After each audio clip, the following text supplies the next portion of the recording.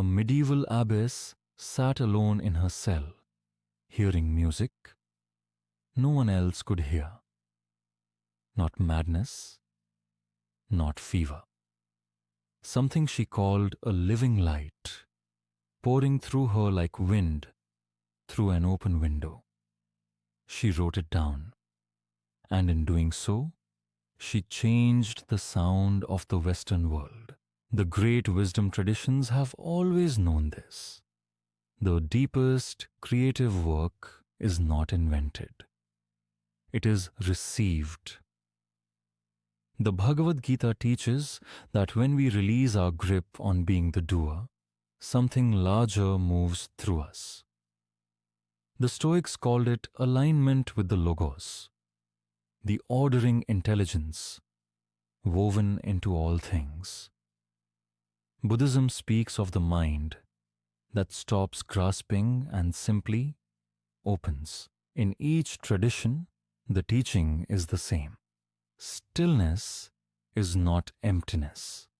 It is the condition for something real to arrive. Hildegard of Bingen was a Benedictine abbess in the Rhineland, centuries ago. From childhood, she experienced visions she described as a brightness, alive and warm, not seen with the eyes, but felt in the whole body. For years, she kept them hidden, uncertain whether to trust what she heard. Then, in her 40s, she received what she understood as a clear instruction. Write. She composed music of extraordinary range, poetry, theology, and natural medicine. She did not claim genius. She claimed she was a feather on the breath of God. Or perhaps feather is not quite the right word. She meant something closer to an instrument, light enough to be carried, not heavy enough to resist.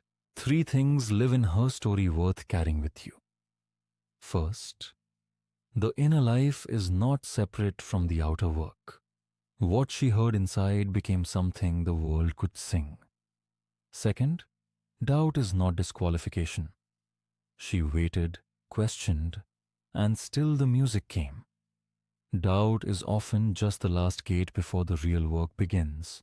Third, the ego that insists on authorship is the very thing that blocks the flow. She did not say, "I composed this." She said, "I was given this." That surrender was not weakness.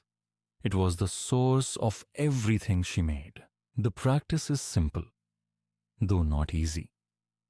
Once today, before you begin any creative work, any problem you are trying to solve, sit for 2 minutes without an agenda. No planning, no producing, just listening. Not for a voice, for the quality of attention that arrives when you stop filling the space. Notice what surfaces when you are no longer in the way. If this brought you a moment of stillness, subscribe and walk this path with us. The abbess did not silence herself. She became quiet enough to hear what had always been singing.